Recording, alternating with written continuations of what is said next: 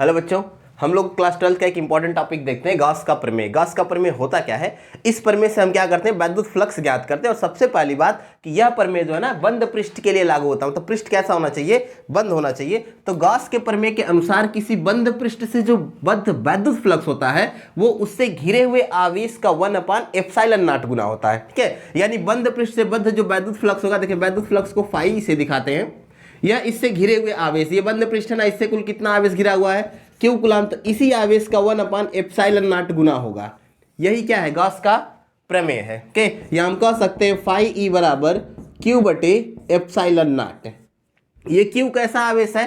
तो क्यू जो है ना ये परिबद्ध आवेश है। परिबद्ध का मतलब इस बंद पृष्ठ से घिरा हुआ कुल आवेश है। ओके, ये परिबद्ध आवेश है। अच्छा, इस पे बेस्ट क्वेश्चन देखते हैं, एक बार और हम समझाते हैं गॉस का प्रमेय क्या होता है। तो इस प्रमेय से हम किसी बंद पृष्ठ से बद्ध वैद्युत फ्लक्स ज्ञात करते हैं। ठीक है, वैद्युत फ्लक्स ज्ञात करने का ये प्रमेय क्या कहता है? तो इस प्रमेय के अनुसार किसी बंद पृष्ठ से बद्ध जो वैद्युत फ्लक्स होता है वो उससे घिरे हुए आवेश का 1/ε0 गुना होता है। तो मान लीजिए एक बंद पृष्ठ है यह, ओके, और इससे बद्ध जो वैद्युत फ्लक्स है वो कितना है? फाई ई है, और इससे घिरा हुआ आवेश कितना है? क्यू कूलाम है। तो फाई ई बराबर कितना हो जाएगा? Q into 1/ε0। ओके, या कह सकते हैं फाई ई बराबर क्यू बटे ε0। ऐसे मान लीजिए एक बंद पृष्ठ से बहुत सारा आवेश घिरा हुआ है, एक Q1 है, एक Q2 है, एक Q3 है, एक -Q4, इस तरह से कई सारे आवेश घिरे हुए हैं।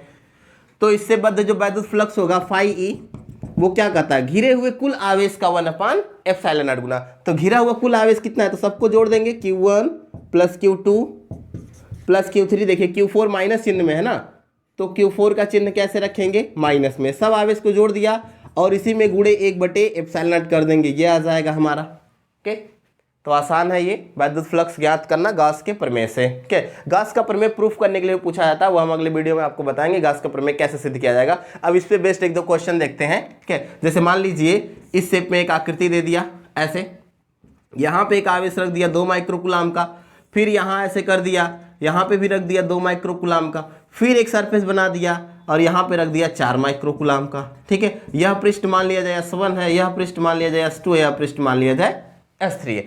अब पूछेगा S1, S2, S3 से बद्ध वैद्युत फ्लक्स ज्ञात कीजिए। ओके, तो यहाँ पे क्या लगाएंगे हम? गॉस का प्रमेय। ये पहला पृष्ठ S1 है, इससे घिरा हुआ कुल आवेश कितना है? 2 माइक्रोकूलाम। यह तो इससे बाहर है ना, इससे घिरा हुआ नहीं ना मानेंगे इसको। तो इससे घिरा हुआ आवेश कितना है? 2 माइक्रोकूलाम। तो S1 से बद्ध वैद्युत फ्लक्स कितना हो जाएगा? तो S1 से बद्ध वैद्युत फ्लक्स φ1 बराबर इससे घिरा हुआ आवेश कितना? 2 माइक्रोकूलाम, यानी 2 × 10⁻⁻6 कूलाम और गुणे 1/ε0। ε0 की वैल्यू आपको पता है कितना होता है? ε0 का मान 8.85 × 10⁻12।